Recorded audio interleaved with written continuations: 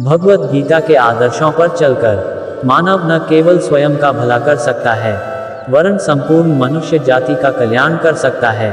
खंडवा। श्रीमद् भगवत गीता न केवल धर्म का ज्ञान कराती है, बल्कि जीवन जीने का ढंग भी बताती है। महाभारत के युद्ध के पहले श्री कृष्ण और अर्जुन के बीच का संवाद मानव के लिए प्रेरणादायी है।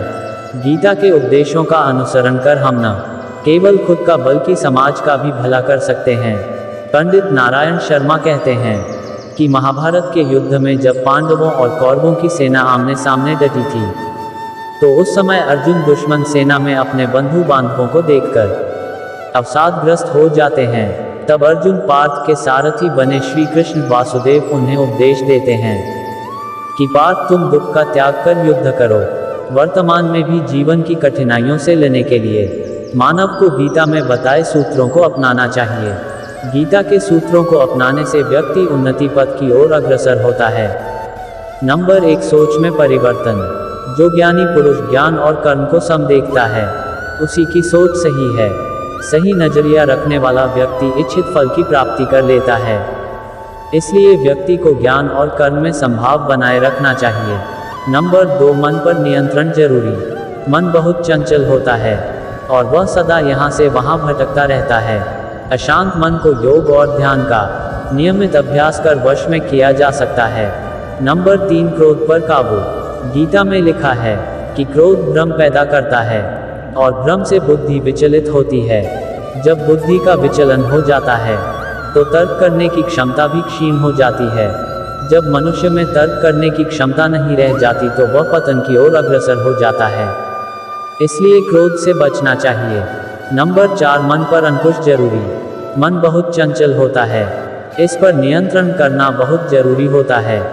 जो मनुष्य मन पर नियंत्रण नहीं कर पाते, ऐसे लोगों का मन उनके दुश्मन की तरह कार्य करता है और धीरे धीरे मनुष्य गलत राह की ओर अग्रसर हो जाता है। नंबर 5, आत्मचिंतन है आवश्यक। मनुष्य को हर दिन आत्मचिंतन करना चाहिए। आत्मचिंतन से जो ज्ञान प्राप्त होता है, उससे व्यक्ति उसके अंदर छुपे अज्ञान रूपी अंधकार को दूर कर सकता है। नंबर 6, कर्म का परिणाम।